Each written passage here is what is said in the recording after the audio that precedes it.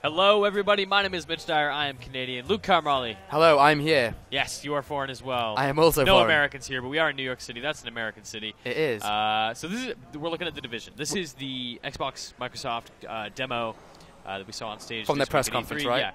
Yeah. So this is a pretty astounding demo, but having seen it, looking back on it now as we kind of do this guided commentary over it, what is the most significant thing about this demo that stands out to you? Well, I mean, the first thing, obviously, to talk about is the fact that we're going to get premiere content first on Xbox One, right? I mean, is that surprising? Ubisoft tend to partner with Sony for quite a lot of things. Yeah, like I mean, with Watch Dogs, it was Sony. With who was on stage at Microsoft? It was Assassins? Yes. Assassins, yes. Far Cry at Sony, Assassins at Microsoft. So they're branching out a little bit. Yeah, you know, they're hedging their bets. But yeah, so obviously we saw the UI there of the map, which looked pretty cool. Like, the digitized UI, and you're going to see a little bit of it here as they kind of encounter this, they call it echo storytelling. It's based on data retrieved from security cameras, cell phones, any kind of signal that broadcasts it to kind of recreate a moment in time.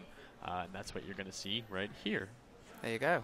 It's all fancy and pretty. I actually really like this. I think there's a lot of potential here to create, to do some really cool world building. It does. It Stories. looks beautiful. Having just gotten Watch Dogs, and I enjoyed Watch Dogs, but I did find all the branches that were shooting off all the time slightly distracting. Yeah. So hopefully this isn't quite so intrusive. But from what we see in this demo, it certainly looks like it enhances rather than detracts, right? It's also this sleeping on the job thing, pointing down at this dead dude. Very good. This world is just very dark. Yeah, just without ever actually pointing it out. Which tons of corpses here. This is such a bleak game. It is pretty. Why can't the apocalypse ever be fun? Sunset Overdrive is the thing, I guess. Yeah, we've got that to look forward to. So the big thing with Dead Cops 3, that's really sad too. Jeez. The big thing with The Division is it is an RPG, and this demo gives us a deeper look at that than the first one we ever saw. The first one last year we saw during the debut was more, establishing like, okay, this thing is cool, it's pretty, there's shooty bang bang elements, cool. This is really letting us see the co-op elements and the kind of diversification of skills. Right. So they said like survival elements before, haven't they, as well? In terms of you'll have to get them resources and things like that, and be able to trade them as currency and so on and so forth. I guess the big thing last year was when they announced it was, hey, this is Massive's MMO. Like they had been hiring for it. We finally saw it, and now it looks less like an MMO and more like a co-op game, right? Completely. I mean, I'm not quite sure if they're playing they're trying to play the Destiny card, which is, hedge your bets. MMOs have certain connotations. Right. If you say, oh, well, it's not quite an MMO, then maybe more people are going to be okay with it. But, Destiny has now come out, and they are much more open about the fact they do have MMO aspect. So we'll see, I guess. But you're right, it doesn't seem quite so.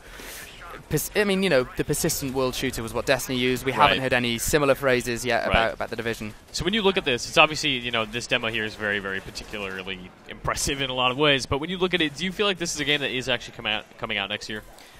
I'm not quite sure. I think it probably is coming out next year, but I'm not convinced that it will see it in the first half, if I'm completely honest. I think with all the interlocking stuff they've got to do, we're seeing increasingly, with Drive Club and stuff, games that want to make use of big connectivity features are being delayed, and I wouldn't be surprised if maybe, in actual fact, it's all proven a little bit harder for them than they originally thought. Yeah. Actually, this is one of my favorite scenes in this whole demo, is this guy goes down and the Megan character drops this drone, or this turret on top of this thing to shoot fire at this dude to distract him, to keep him away while she revives him. It's a cool little bit of tactical cooperation. Yeah, I mean, it looks absolutely fantastic. It's something that, certainly when it was first announced, it was one of my most anticipated games. I'm sad that it has been delayed, but I think, if this is what the result is, perfectly worth it. I will happily take a delay over something that's rushed out and not entirely up to snuff. Yeah, and there's been a lot of that in the past year, right? The potential that it could have. Yeah. Luke Carmarley, thank you so much for joining me. We have so much coverage on The Division, on Ubisoft games, on all video games from E3. So stay tuned for all that and more on ign.com.